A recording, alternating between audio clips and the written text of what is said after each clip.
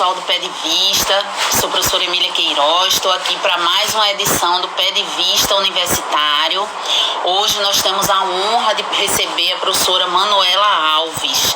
Ela vai conversar com vocês e vocês vão ver todas as expertises que ela tem.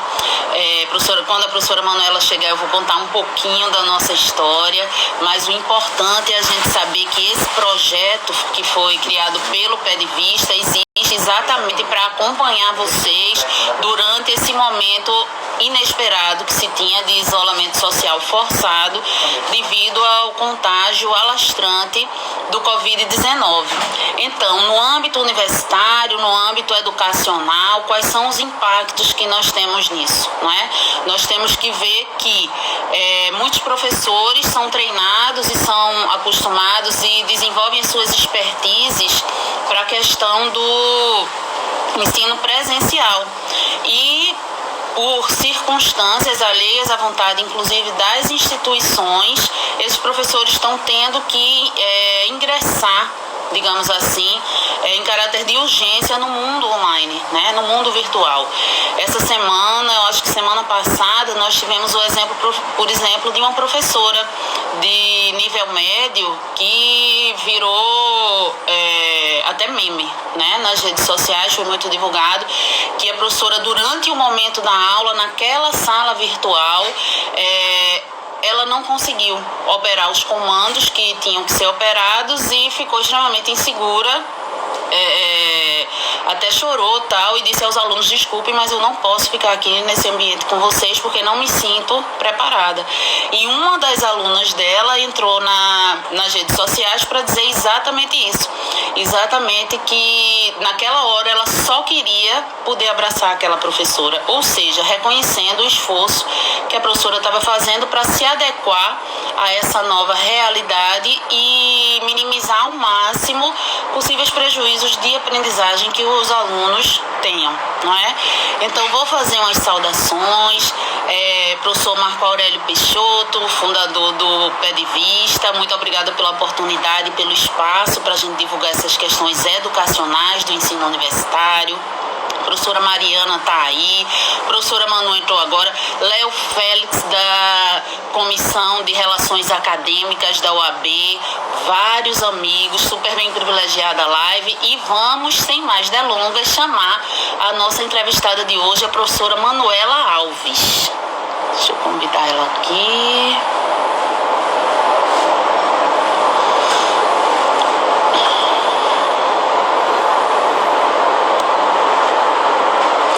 Esperando só a resposta.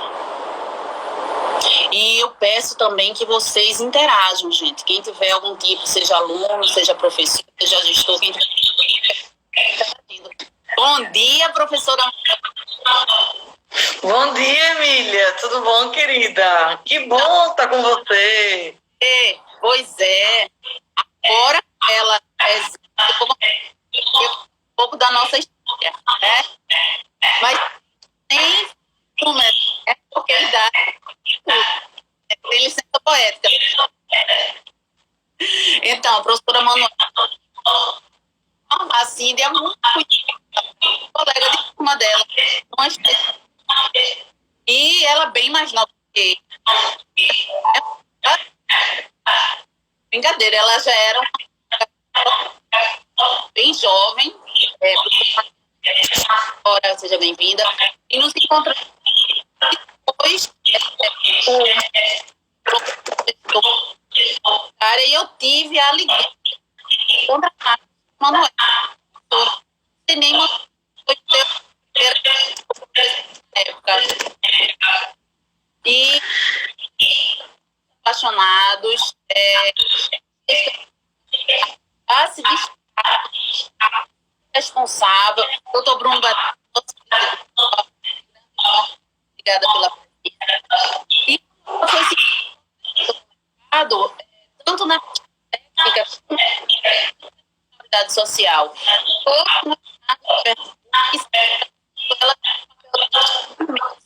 Questão de inclusão de gênero, racial, conselheira negra, presidente da igualdade racial, e muito orgulho de ter conhecido a todas as conquistas que ela tem. Então, eu vou ler o mini currículo dela, porque se for ver o currículo ele não vai da tribo, tá? Ela é professora titular, a coordenadora do Núcleo de Prática Jurídica, advogada, presidente da conselheira estadual da OAB, setor é a Baumi, jurista, muitos colegas aqui também prestigiando. Rodrigues do Pé de Vista, Manu, Léo Moreira, obrigada. Eu vou passar para você tá, com suas palavras e dizer mais ou menos o que é que você tem feito questão educacional. Fica à vontade, Manu. Emília, a tua fala, ela cortou bastante. Eu pensei que fosse só para mim, mas o pessoal está falando que está cortando. Eu queria saber, a minha fala está cortando, pessoal? Vocês estão me ouvindo bem? Para mim, a minha está cortando também, Mari? A minha está cortando também, ó. Então, Manu, só se a gente sair, a gente sai e chama novamente. Tá? Pronto, acho melhor. Ok, porque a tua ficou toda cortada, não deu para entender nada. Então, a minha tá a gente chama, tá? Então, tá falando, eu vou tentar arrumar a minha aqui. Pode ir falando. Não, viu? Vai se a minha tá normal. Pronto, pode ir e eu vou arrumando. Pronto, tá bom. Ok. Obrigada, pessoal. Inicialmente, eu queria agradecer, dar bom dia a todas e todos. Eu queria agradecer aqui a presença de um monte de gente queridíssima que veio para cá para a live. Vou começar agradecendo ao pessoal da OAB, né? Ao presidente Bruno, que apareceu aqui, aos queridos Léo Félix, Léo Moreira, que a Emília já falou, mas que é sempre importante trazer. Ao Marquinho, né? Marco, que é um dos idealizadores do Pé de Vista. E aí já o segundo convite, enquanto me honra, amigos de faculdade como Tomé Franca, ex-alunos como Edilma, Rosane, amigos da docência como Camila Garcês, Vivi, eu estou vendo muita gente aqui, Mari Clemente, que é maravilhosa, e eu acompanho as dela, ela acompanha as minhas, né, Emília? E é importante. Total, fã total, de carteirinha. A gente está fazendo essa troca, né? Estou vendo entrando a Alba Batista agora. Então, assim, muita gente conhecida e muita gente querida para a gente bater esse papo aqui, que eu acho que é legal e que é importante, principalmente para quem está no âmbito educacional. Né? E aí, eu acho que o convite de hoje é um convite desafiador. Porque o convite de hoje é pensar um cenário que, na verdade, a gente ainda não consegue ver muito além. A gente está no começo de uma transformação e a gente precisa pensar e se preparar para um futuro que aí vem. Então, assim, eu desde já queria dizer do quanto é desafiador estar aqui e do quanto é desafiador este tema. Eu tenho a oportunidade de fazer um mestrado online pela Must University e é um mestrado em tecnologias emergentes em educação. Então, assim, a gente já vem discutindo tecnologia e educação há algum tempo, né? Exatamente porque percebi que eram coisas que não poderiam se dissociar, que estavam cada vez mais juntas e que a gente precisava, enquanto docente, se ressignificar nesse papel, né, em âmbito educacional. E exatamente nessa perspectiva, a gente já conversava muito sobre a questão de ensino virtual, ensino presencial. Um dos grandes medos, vê que curioso, né, Emília? Um dos grandes medos que as alunas e os alunos sempre demonstravam será que vai acabar o ensino presencial? Porque, assim, a gente viu o EAD duplicar, triplicar, as pessoas aderirem, começarem a ver uma vantagem enorme no ensino à distância, né, no ensino virtual, e chega uma hora que a gente começa a se sentir ameaçado, a gente que é professora presencial. Então, assim, nós começamos a repensar, inclusive, o que era que nós poderíamos melhorar nessa perspectiva. E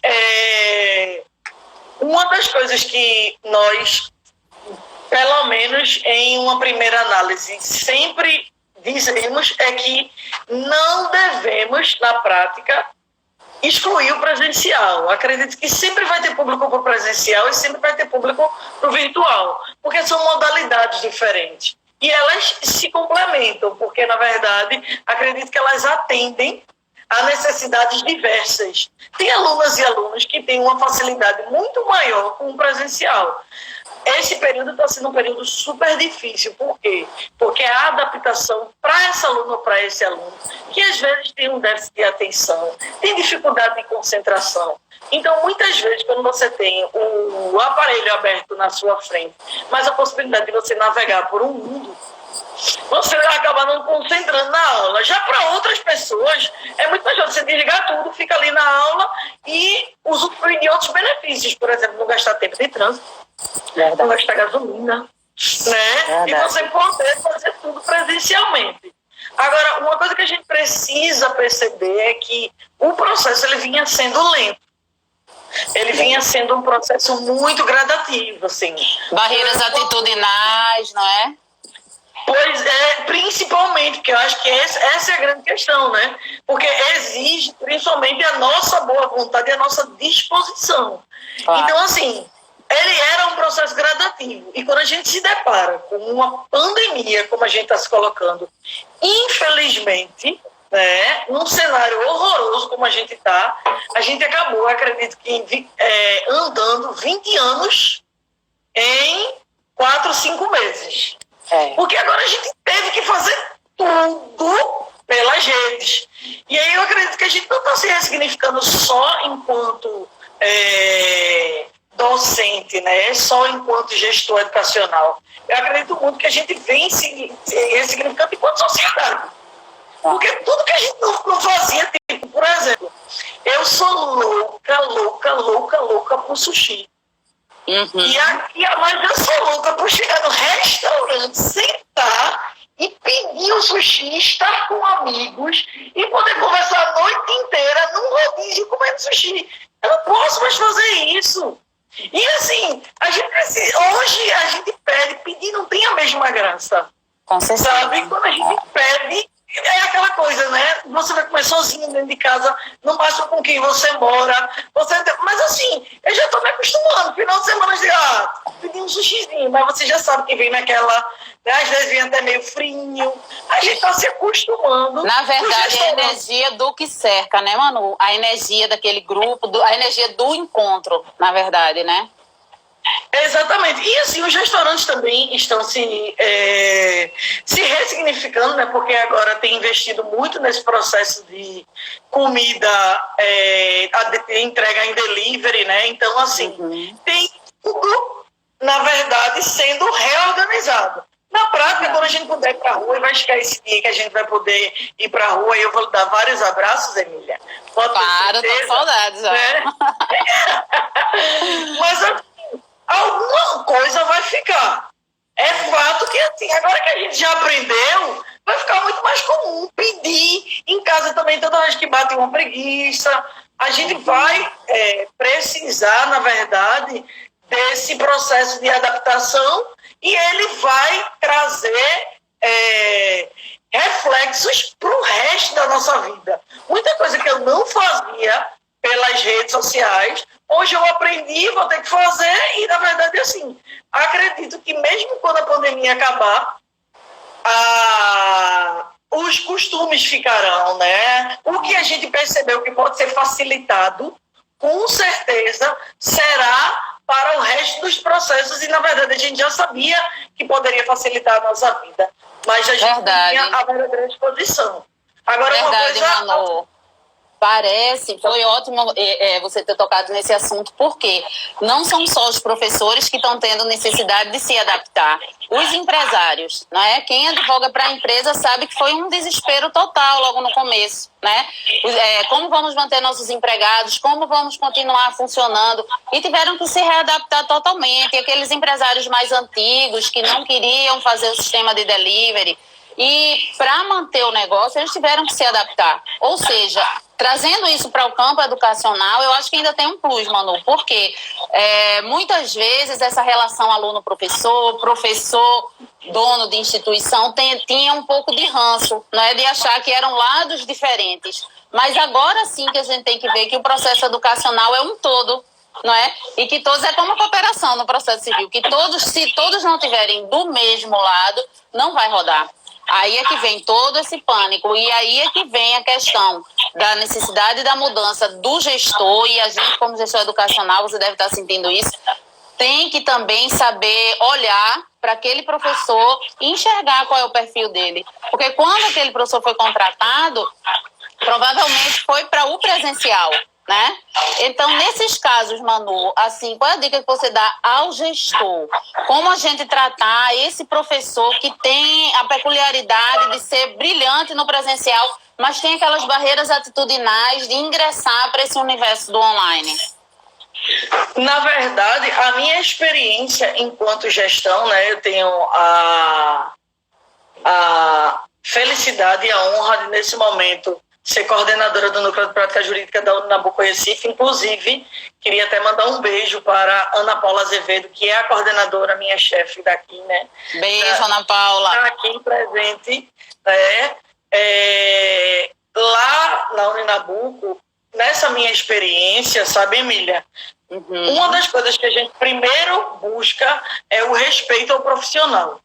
Primeiro, porque a gente sabe que as pessoas têm tempos diferentes. E as pessoas também têm modos diferentes de lidar com as adaptações. Respeitar o professor e a professora é a nossa regra inicial, principalmente porque você também, inclusive, já foi minha gestora. E lá na Uninabuco, eu tenho o maior carinho, e mandando um recado para Ana Paula, eu tenho o maior carinho, Ana Paula. Eu fui a segunda coordenadora do curso aí no Recife. Hoje sou coordenadora de uma pós na ESA, que é gerida pela Uninabuco, então eu tenho o maior carinho. Um beijo grande para todos da Uninabuco Recife. E foi lá que eu comecei, quando eu comecei na Nabuco, comecei sendo coordenada por você, então sei da sua sensibilidade. E onde você está, porque você já passou por vários lugares coordenando, né? E assim, de suma importância a gente perceber que professores e professoras são pessoas. E eu acho que eu também aprendi muito contigo que quando a gente é gestor, a gente está gestor, mas a gente é professor. Perfeito. Isso ninguém tira da gente. Professor Raiz. E eu sempre trato as professoras e professores como eu gostaria de ser tratada. Até porque daqui a pouco um deles ou uma delas vai estar me coordenando, porque a gente sabe que é um ciclo, né? E acredito que a gente precisa, na verdade, ter várias dicas de processo de adaptativo. Porque, por exemplo, mesmo antes dessa pandemia começar, nós já tínhamos professoras e professores que já estavam numa realidade diferenciada. Verdade. Que já se utilizava de gamificação das aulas, que já estimulava as alunas e alunos com jogos, utilizando aplicativos, software de perguntas e respostas, e dava um dinamismo diferenciado em sala de aula, né? Nesse momento, eu sempre cito o professor João Paulo, que é o professor João Paulo Torres, que é um dos nossos professores que é super dinâmico. Maravilhoso. Na área de tributário, que eu digo, ele tributário não é de Deus, mas ele transforma. Ele e a Priscila é o casal. Exatamente. São referência, porque eu acho que conseguem ressignificar o direito tributário numa perspectiva diferenciada, né? E aí, assim, quando a gente tem esses professores, primeiro de tudo, esses professores eles vão servir de facilitadores para aqueles que ainda não têm a afinidade com a dinâmica, na verdade, né? Então, acho que isso é bem importante da gente perceber. Por exemplo, um professor como o João Paulo está super à disposição, ajuda todo mundo. Então, eu acho que esse é o primeiro caminho, você colocar quem entende um pouco mais para ajudar quem entende um pouco menos. Os colegas, empatia. Exatamente, total, porque na verdade está todo mundo aqui, né, na mesma tempestade, talvez não no mesmo barco, mas estamos na mesma tempestade. Pois é. Então, assim, essa é uma das primeiras coisas. Segunda coisa que é importante a gente fazer é muito importante, e no nosso caso a gente sempre se preocupa em estar constantemente fomentando no grupo de professores tudo que as ferramentas podem nos oferecer, né? Nós estamos trabalhando agora com o Teams e, assim, todo dia a gente está descobrindo alguma coisa fora os treinamentos que a gente já fez, aí sempre entra uma coisa, a gente sempre sabe o que eu descobri, faz assim, assim, assim. E às vezes é uma besteira, mas aquele compartilhamento, primeiro que dá uma sensação de união, tipo, poxa, estamos descobrindo juntos, e segundo, a gente vai sair dessa, porque a gente está vendo que as coisas podem ser melhoradas. E terceiro, estimular que as pessoas utilizem as ferramentas. Estimular, porque assim, a gente, se deixar, a gente vai ter pessoas que, apesar de ter um mundo à sua frente, vão querer continuar na zona de conforto, de repente botando um quadro negro ou um quadro branco na parede e dando a sua aula do mesmo jeito. E aí, Manu, eu acho que é o complexo de Gabriela. Eu nasci assim, eu cresci assim, você sempre assim, né? E é outro universo, né, Manu? Porque quando a gente tá no presencial, sempre eu digo aqui, eu dando aula no presencial, eu acho que a Amanda foi minha aluna, tem ex-alunos meus aqui, sabem que eu chego toda arrumadinha. Depois da primeira aula de aula, eu já tô que ninguém reconhece, porque eu sou aquela professora que gosta de estar andando na sala. Se eu vi que tem alguém lá atrás, viu quem for meu aluno do presencial, com o celular, eu chego bem quietinha. O que é isso? Bota aqui pra turma ver o que é que você tá zapeando na hora da aula, menino, né? E beijo, Amanda, lá da Nabuco também. E se bota o estudo dirigido, vou de grupinho em grupinho. E aí, estão fazendo o quê? Estão enrolando ou estão fazendo? Ou seja, essa postura que eu tenho no presencial, eu não vou poder ter no online, no EAD. Então, eu vou ter que caprichar de uma outra forma para prender a atenção do aluno, não pela aquela ostensividade de eu estar lá batendo no pé dele, né, puxando a orelha. Então, eu vou ter que trabalhar outras expertises, é outro perfil que o professor tem que adentrar nesse momento, não é, Manu? Total, com certeza. E assim, já está difícil em sala de aula, Emília. Mesmo nessa sala de aula, você sabe, hoje a gente dá aula e o aluno está ali com o Google. Se certificando das informações que a gente passa, se elas são de fato reais, as mais atuais. Exatamente, se os dados estão corretos. Então, em sala de aula, a tecnologia já tem nos pedido uma dedicação diferenciada no material que a gente prepara, sabe? Hoje, a diferença se a gente usa um PowerPoint ou se a gente usa um Prezi.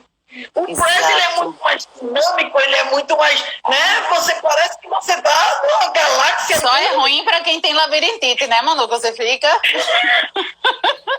Mas é aquela história, você já prende a atenção do aluno. E a ideia do aluno e da aluna. E aí a ideia é que a gente possa estar repensando.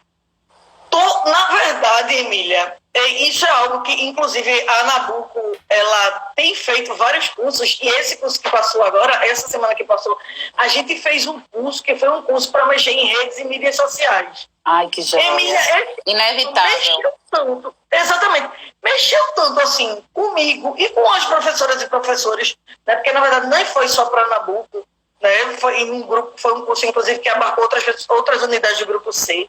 Mas, Emília, a nossa necessidade de nos reposicionar no mercado. Perfeito. O mercado hoje, Emília, ele pede que a gente comece a pensar, de repente, num site pessoal, que a gente comece a pensar no LinkedIn da gente, porque a gente precisa saber que hoje em dia a gente está num mercado onde a gente pode contribuir em vários espaços, em unidades ao mesmo tempo. A gente precisa ter uma boa apresentação. A apresentação, eu estou falando a apresentação mesmo, da nossa história. Isso tem que estar acessível, sabe, Emília? O nosso currículo, o que a gente já fez e o que a gente vem produzindo, sabe? Porque, vamos ser sinceros, o Lattes é algo que ninguém busca, infelizmente. A gente busca quando a gente está procurando professoras e professores. Mas se você quer se reposicionar nas redes sociais, se você bota uma rede social, um Instagram, você coloca um Instagram, e no Instagram você coloca um link para um site seu, onde mostra toda a sua contribuição, as suas linhas de pesquisa, o que é que você vem trabalhando, sua atuação no terceiro setor. Isso dá para você uma imagem de um profissional ou de uma profissional diferenciados. E a ideia é que a gente esteja, primeiro de tudo, repensando a nossa imagem nesse mercado de trabalho que é novo. O mercado de trabalho que a gente conheceu é diferente desse mercado que está aparecendo e que vem pós-pandemia. Sabe, a partir de agora, os recursos tecnológicos vão ser potencializados. Então, a gente tem que se utilizar das redes. E o mais difícil, eu acho que você sabe bem disso, mas eu acho que você faz como ninguém, sabe, Emília? O desafio da gente ser constante produtora de conteúdo.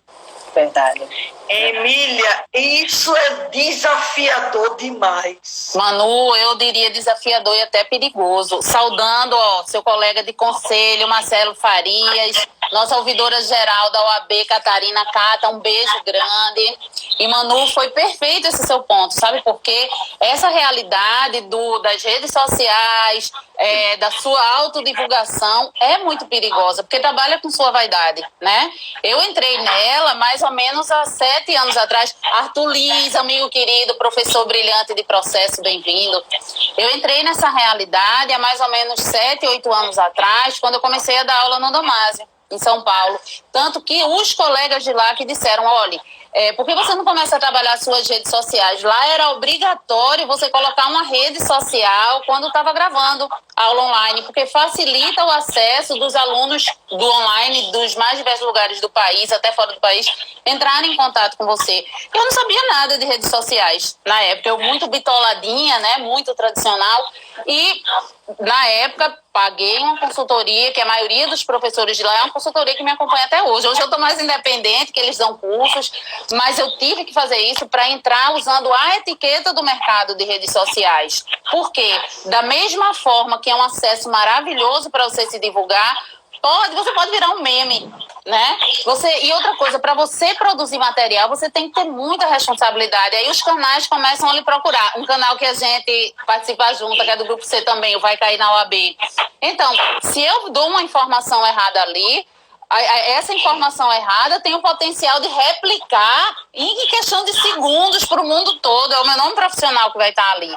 Então, essa questão eu acho que também vale como dica para o professor que agora vai se deslumbrar com o alcance, porque é muito interessante, você posta uma coisa e entra alguém dizendo, professora, eu sou sua aluna lá de uma cidade que eu nem sabia que existia no interior de Minas Gerais, por exemplo, do norte, do sul.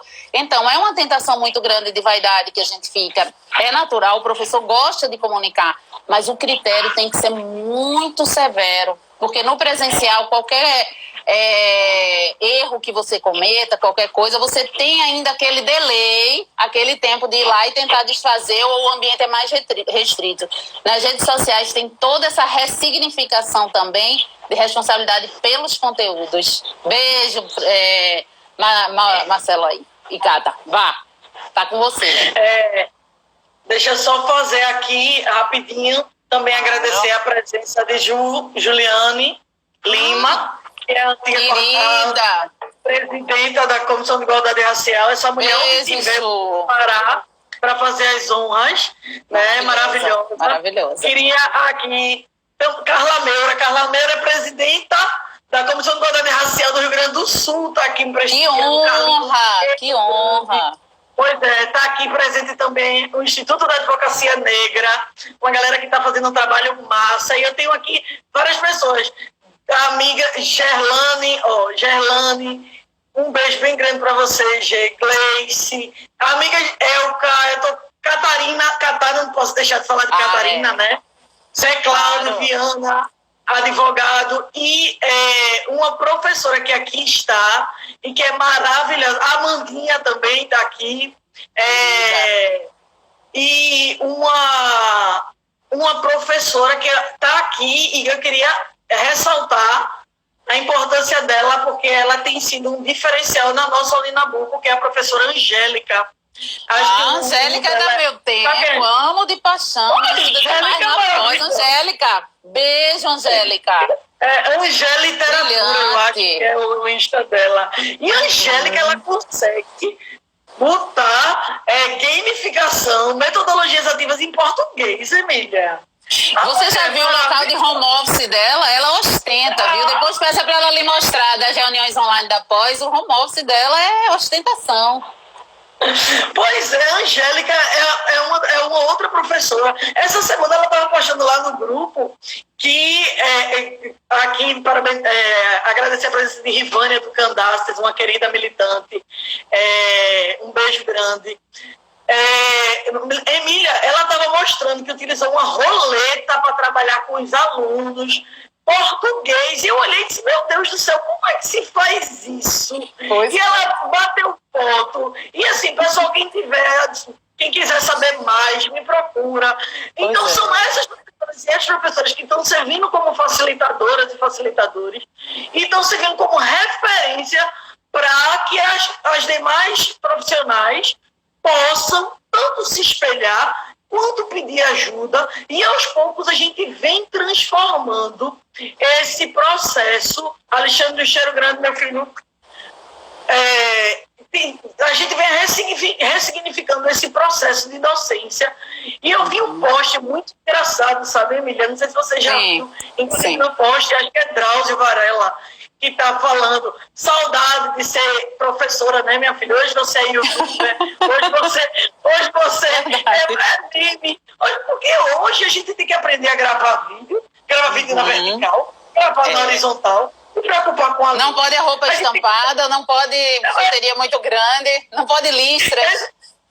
Menina, é nesse curso que eu vi essas coisas todas, eu fiquei, meu Deus do céu, você tem que se preocupar com o que está atrás de você. Hoje eu vi aqui umas florezinhas, mas estou praticamente mudando todo o escritório para poder agora me preocupar.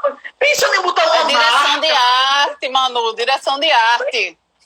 Veja aonde a gente chegou. E assim, as novas habilidades que a gente está precisando desenvolver para se adaptar a esse novo mundo, que era algo que, assim, antes a gente chegava, giz, quadro, dá na sua linha e tchau, Emília. Exatamente. E assim, nós não somos as únicas, essa não é a única profissão que está passando por modificação, é fato, né? Na medicina agora, telemedicina. Verdade. No direito agora é tudo virtual. E a gente sabe que todas estão precisando se ressignificar, mas para a gente, Emília, assim, que é hoje o assunto, né?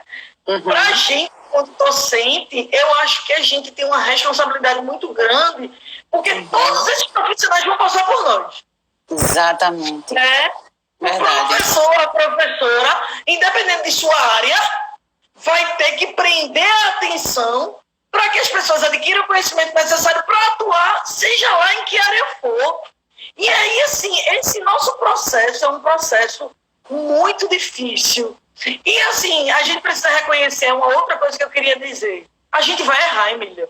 Claro. Vai ter dinâmica que a gente vai botar e a gente vai ver que não colou. Vai pagar mico. Vai pagar Às mico. vezes funciona numa turma e não funciona em outra. A gente reza para que o mico não fique muito público. Hoje o medo do professor é não virar meme, né? Antigamente, a gente dando aula presencial, eu tô com medo de cair, de tropeçar no fio do microfone e tal. Hoje eu não posso virar meme. Pois é, e a gente sabe que deve ter acontecido com você direto, acontece comigo.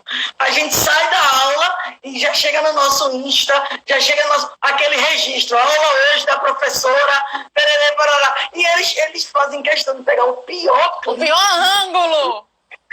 O pior, aquele que a gente tá com a boca aberta assim. Gracinha tá aí, minha aluna, que foi minha aluna da Nabucco. Gente, passa Photoshop no seu professor, por favor. Bota filtro no prof, gente. A gente tá lá solto na buraqueira, empolgado, dando aula e pegou aquela... E uma outra coisa que você falou que eu acho bem interessante, que eu também, eu sou muito despojada na hora da aula, né? Então, assim, normalmente às vezes eu tô dando aula descalça, Às vezes eu estou dando aula, eu tiro a parte de cima do terreno, né? Porque o calor é grande, eu vou e volto em sala. Então, assim, tem passado também esse período, para você ter uma ideia. Teve um período que eu olhei e disse, eu vou ter que usar microfone pela aula virtual. Depois eu percebi, não, eu posso falar mais baixo. Eu posso falar mais baixo. Então, assim... É muita adaptação. Pois é, essa adaptação é um processo muito estranho, mas tem sido prazeroso. Curiosamente, tem sido prazeroso. Porque, na verdade, a gente está crescendo, né, Manu? A gente tem que pensar, e você falando nesse mercado pós-pandemia, se tipo há 7, 8 anos atrás, quando eu entrei no mercado do online, de cursinho, de preparatório, se eu não tivesse me ressignificado naquele momento, que na hora eu disse, não, eu que não vou ter que limitar minhas roupas, a roupa que não seja listrada, eu que não vou ter que gastar dinheiro investindo em fazer cursos sobre como passar conteúdo assim. Se naquela época eu não tivesse parado e investido naquilo, hoje eu estaria com muito menos chance no mercado. Então, quem ainda não fez, quem está tendo chance agora, essa pandemia traz algumas... infelizmente, a gente tem que ver o copo meio cheio ou meio vazio, né?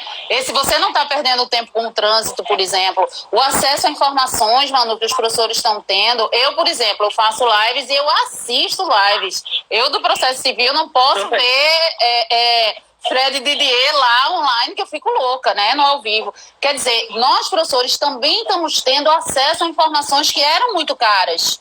E nesse momento a gente pode estar tendo. O doutor Pietro entrou, um beijo grande, seja bem-vindo. Manu, e essa ressignificação tem que atingir o aluno também? Como é que o aluno deve se portar nesse novo modelo? Então, Emília, na verdade está mexendo com todo mundo, né? A gente sabia que as alunas e os alunos não iam ficar de fora. Eu acredito que a gente está passando por uma fase que é uma fase que exige também da gente um pouco de adaptação técnica ainda, na verdade. A gente sabe que a gente vive numa sociedade muito desigual. Então, assim, nem todo mundo tem acesso aos melhores equipamentos para estar acompanhando todas as aulas, nem todo mundo tem acesso aos melhores pacotes de dados. E, assim, às vezes, essa dificuldade estrutural, ela, de fato, dificulta um pouco o acesso. Então, para além da gente precisar dessa adequação, que muitas vezes antes a gente olhava e dizia, não, para assistir aula, eu vou assistir minha aula e pronto. Hoje, quando eu dependo de um celular, o celular tem que ter uma resoluçãozinha melhor, uma memóriazinha melhor, porque às vezes eu quero gravar algo, então assim, vai exigir essa adaptação necessária. Na prática, a gente vem falando que o professor vai mudando a dinâmica. Se o professor vai mudando a dinâmica, o aluno e a aluna também vai precisar mudar. Sabe, Emília, uma das coisas que a gente vem discutindo muito no âmbito educacional é que a gente precisa deixar essa educação, que é uma educação tão mastigada, porque foi como a gente aprendeu, de dar a educação tão mastigada, e a gente precisa deixar a aluna e o aluno protagonizar o processo de aprendizagem.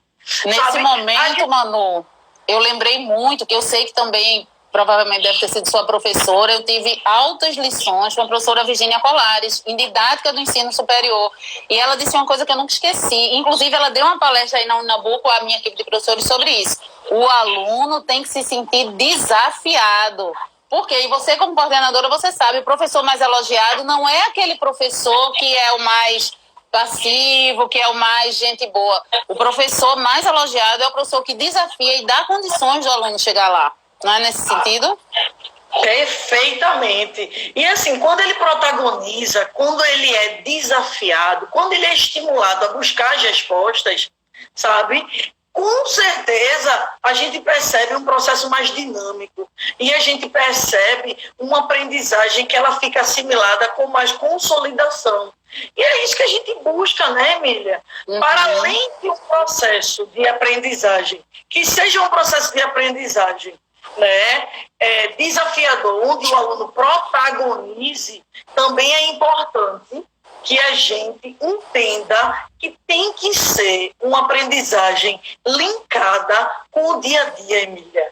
Verdade. Tem que ser Paulo Freire que diga, né? Né, exatamente. E tem que ser linkado com eu tenho a oportunidade, eu posso dizer que tem um lado positivo e negativo disso, de ministrar constitucional. Então, assim, constitucional, tudo que eu vejo é o que está todo dia acontecendo na TV. Então, assim, não tem como eu não linkar. Mesmo que eu não quisesse, eu teria que fazer. Viriam as perguntas. É importante. Pois é. Mas, assim, mesmo independente disso, é importante que dentro da sua disciplina você consiga estimular as alunas e os alunos é português, tente desafiá-los a utilizar a língua culta dentro de uma perspectiva diferenciada. Tente estimular o tributário, tente estimular, tente levar os alunos à realidade da advocacia tributária, independente da sua área. Isso é algo que eu já faço desde que o mundo é mundo, assim. Eu sempre levo meus alunos para as casas legislativas. Já que eu sempre tenho constitucional. Então, assim, sempre levo para as casas legislativas. Sempre estou trazendo o que está passando no Senado, o que está passando na Câmara, o que está passando no STF. Estimulo a estar se cadastrando para receber o boletim semanal. Assim, as pessoas têm que... Não adianta a gente estar aprendendo sexo dos anjos e não estar conseguindo aplicar. Porque as provas do ENAD estão exigindo isso, Emília. Total. ENAD, a própria OAB. OAB, exatamente. É isso. Além de ser um conhecimento que está sendo exigido, que é um conhecimento interdisciplinar. Numa questão você vê que eles precisavam saber constitucional e consumidor para poder fazer... Se a gente aprende dissociado e cada professor leva sua disciplina como se fosse única e não linkasse com ninguém, a gente não vai conseguir fazer com que este aluno ou esta aluna consiga refletir juridicamente e fazer os links necessários para entender o ordenamento jurídico como um conjunto. Então, assim, a aluna e o aluno, Emília, eu acho que, como você perguntou, eu acho que para a gente, professor, está ruim. Porque a gente está saindo da nossa zona de conforto. O resultado vai ser maravilhoso, porque a gente vai chegar uma hora que a gente vai olhar para trás e vai dizer: meu Deus, eu não acredito que a gente se resumia àquilo. Verdade. Hoje a gente tem tudo isso, mas hoje está corrido, está difícil, está complicado, porque a gente está se dedicando. A gente está fazendo novas aulas, com novos materiais, buscando vídeos, buscando links, pegando novas dinâmicas, buscando gamificação para dar dinâmica às nossas aulas. Mas tudo isso só tem sentido se as alunas e os alunos estiverem abertas e abertos, estiverem alheios, sabe? Se eles estiverem alheios, não vai acontecer. Eu, enquanto profissional, normalmente eu digo: alguém aqui não gosta de política? Aí sempre chega a falar: eu odeio política. Ok, vamos conversar. Para estar em constitucional precisa pelo menos querer entender política. Porque senão não vai entender nada. Então, assim, e a gente começar a não dizer: você vai ter. Você não vai ter nada. Saiba que no processo natural você vai ser da minha disciplina adorando política. Então, assim, até a pegada, a forma como você apresenta é convidativa. E aí Manu, é esse processo de conquistar. Total. Eu acho que professor e professor viraram conquistadores de corações. Total. Manu, registrando aqui a presença do presidente da CEANA, representando a jovem advocacia, doutor Léo Milton, obrigada. Ana Paula Canto de Lima, maravilhosa também. E, Manu, eu sou de uma disciplina extremamente antipatizada, que é o processo civil, injustamente, porque é uma disciplina apaixonante como essa, mas muitos alunos dizem que é só técnica.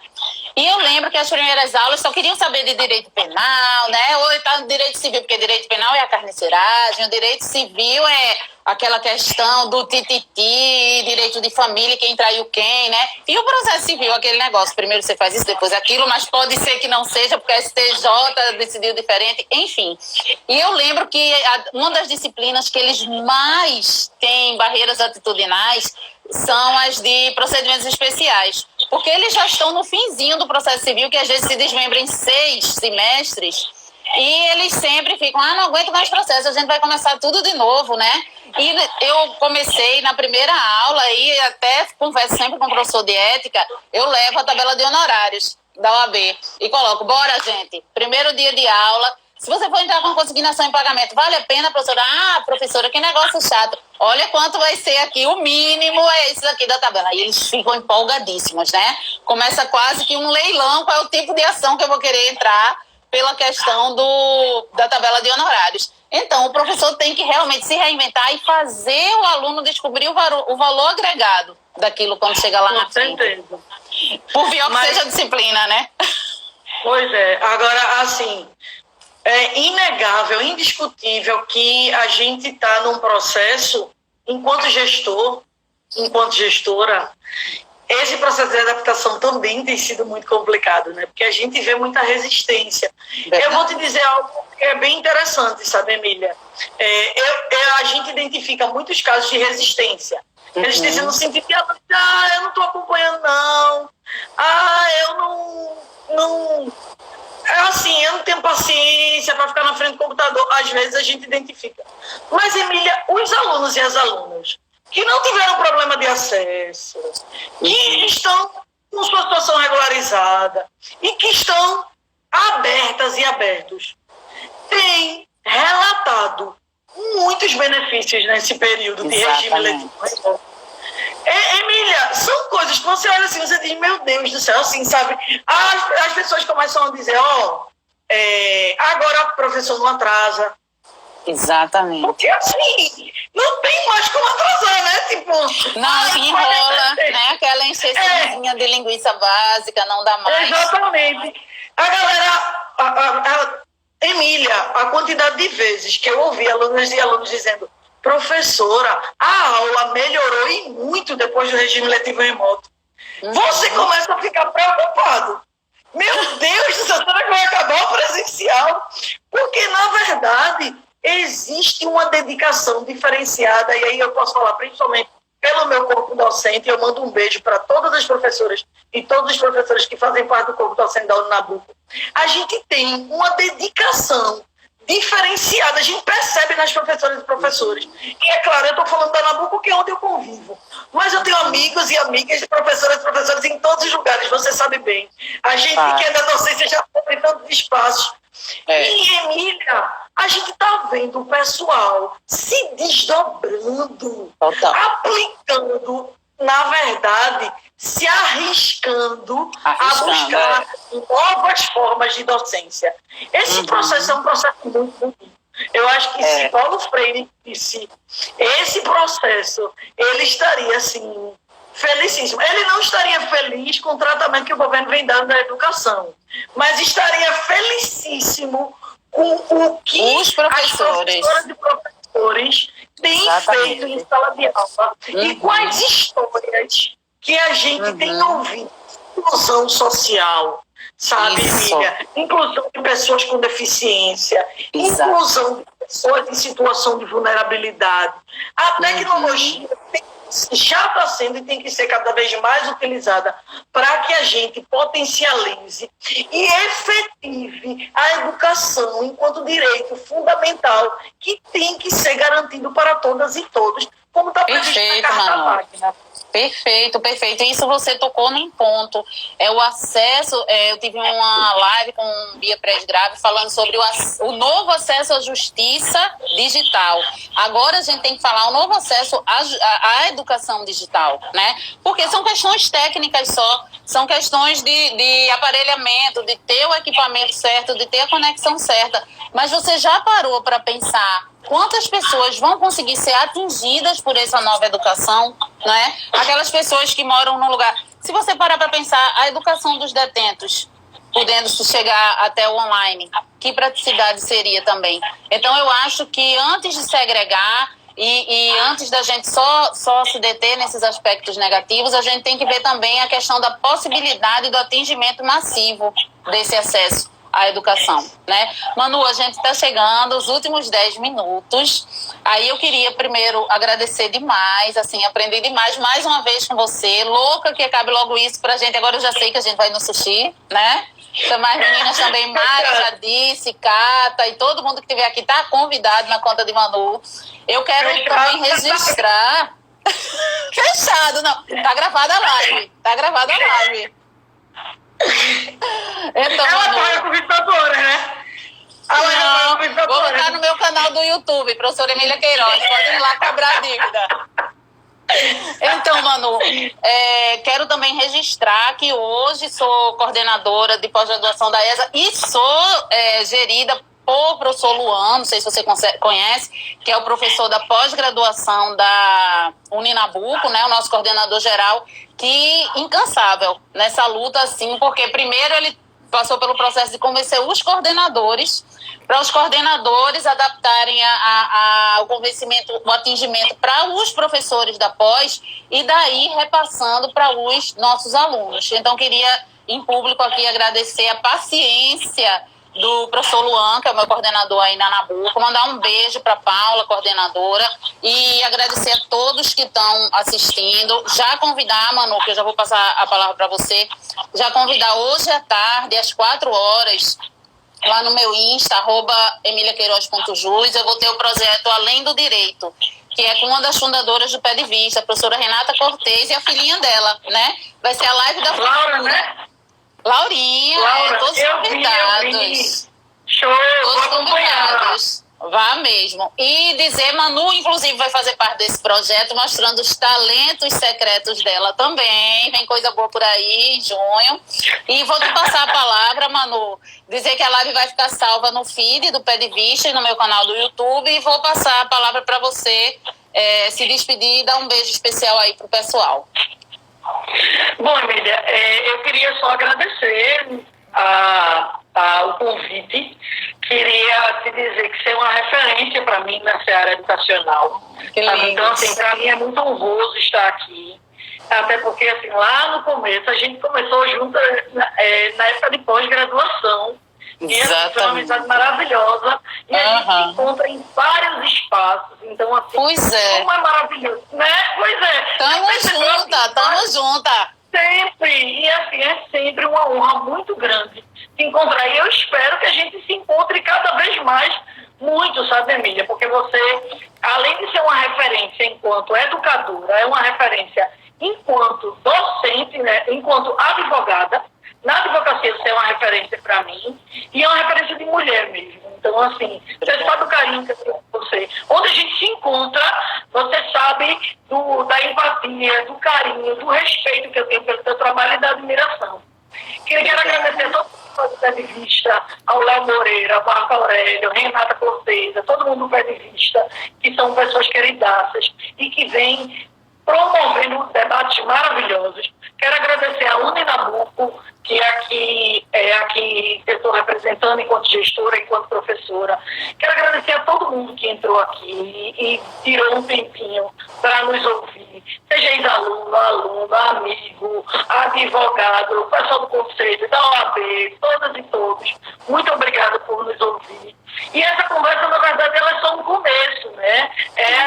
Que todo dia a gente precisa lembrar que a gente precisa buscar ser melhor. E acho que esse é o nosso grande compromisso.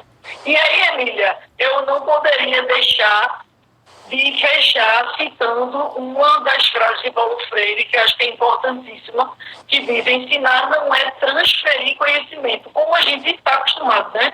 Ensinar não é transferir conhecimento, mas criar as possibilidades para a sua própria produção ou a sua construção. Então, eu me coloquei aqui como gestora, eu me coloquei aqui como professora, mas eu sou eterna aluna, né? Assim, sou mestranda, né? Então, assim, estou em sala de aula e me espelho ainda em grandes professores como, por exemplo, Marília Montenegro, Marcelo Lamonca, professores do mestrado na Unicap, né? Então, assim, e estou sempre aprendendo e me ressignificando. E eu acho que é esse nosso papel. É o papel de valorizar a educação. Que quando a gente sai disso, Emília, que a gente tenha um trato diferenciado para a educação e incentiva a pesquisa. Que a gente possa progredir enquanto humanidade e eu não vejo outro caminho que não seja o caminho da educação. Porque desde quando eu sou pequenininha, né, os meus pais foi isso que eles me ensinaram. Eu venho de uma família humilde, né, mas de uma família, além de muito bem estruturada, ainda bem, uma família que sempre me disse: minha filha, você vai conseguir tudo o que você quiser pela educação. E assim, isso é a única coisa que eu vou te dar e sei que ninguém vai tirar. E se eu estou aqui onde eu estou, pode ter certeza que foi o investimento em educação que eu fiz toda a vida e continuo fazendo e continuarei fazendo, que faz com que eu consiga ascender profissionalmente. Porque quando a gente nasce em situação de vulnerabilidade, né? Quando a gente não nasce em berço de ouro, só a educação transforma e consegue nos colocar em patamares diferenciados. Eu sou uma prova que a educação transforma e consegue fazer a gente ascender. Que essa mensagem fique e que a gente acredite cada vez mais na educação como caminho para a transformação. Muito obrigada, viu, Emília? Muito obrigada a todo mundo. Tenho que aplaudir, sei que de casa todo mundo está fazendo igual. Parabéns pela humildade, generosidade, pelo coração imenso que você tem. Beijo, pessoal. Para a semana tem mais Pé de Vista Universitário. Valeu, tchau, tchau, pessoal.